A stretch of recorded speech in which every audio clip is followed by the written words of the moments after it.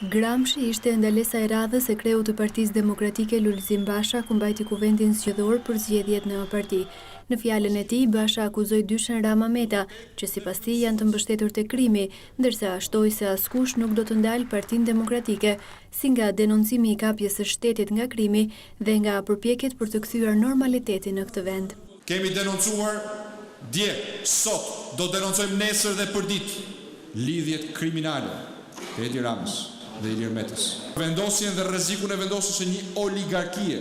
mafioze për të zëvendësuar demokracinë e qytetarëve me demokracinë e mafjes, kapjen e policisë, spastrimet në administrat, kapjen e institucioneve të pavarura, presionet ndaj gjyqësorit, kapjen e sektorëve të rëndësishëm ekonomik, likuidimet e elitës sipërmarrëse. Do ta bëjmë këtë jo për interesat tona, por sepse është jetike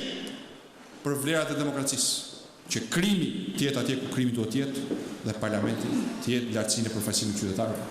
Partia Demokratike, tha Basha, do t'i përgjigjet këtij realiteti me njerëzit më të mirë të zgjedhur për të drejtuar Partinë Demokratike dhe me besimin që kjo forcë politike po zgjon tek çdo qytetar anë mban vendit. Duke besuar në pushtetin e votës, arritjes në konkluzionet përbashkëta përmes debatit e jo përmes heshtjes, përmes evidentimit me mendje të hapur dhe me zemër të hapur, duke u parë sy në sy e jo parapashpine të gjithçkaje që s'kemi bërë mirë. Ne arrim një bashkim të vërtet dhe frymëzues edhe për tjerë që duan të vinë e të bashkojnë zërin e tyre dhe aspiratën e tyre me ne. Jemi pjesëtar të një familje që lindi